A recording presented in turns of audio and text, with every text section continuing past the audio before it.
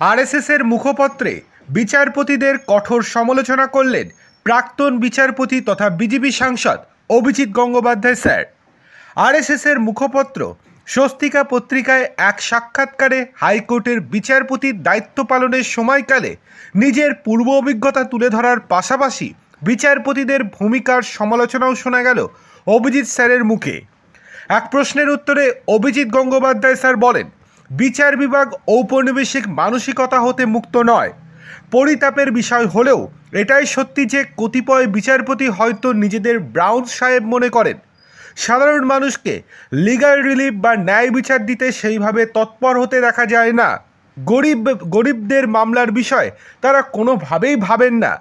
সঙ্গের মুখপত্রে বিস্ফোরক প্রাক্তন বিচারপতির আরও বক্তব্য, কোনো মামলায় 100 পৃষ্ঠার রায় দেওয়াটা কোনো বিচারকের কৃতিত্ব হতে পারে না। অন্যায়ের শিকার সাধারণ মানুষকে দ্রুত ন্যায় বিচার দানই হওয়া উচিত বিচারপতিদের একমাত্র লক্ষ্য ও উদ্দেশ্য। গজদন্ত মিনারে বসে থাকার পরিবর্তে বিচারকদের লক্ষ্য হওয়া উচিত বেশি সংখ্যক মামলার নিষ্পত্তি।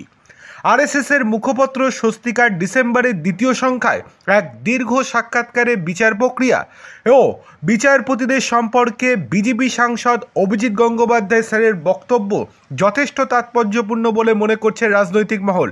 এক প্রশ্নের উত্তরে তিনি বলেন, আইনজীবী হিসেবে কাজ করার সময় দেখেছি যে বিভিন্ন আদালতে পড়ে থাকা মামলার তালিকা খুবই দীর্ঘ।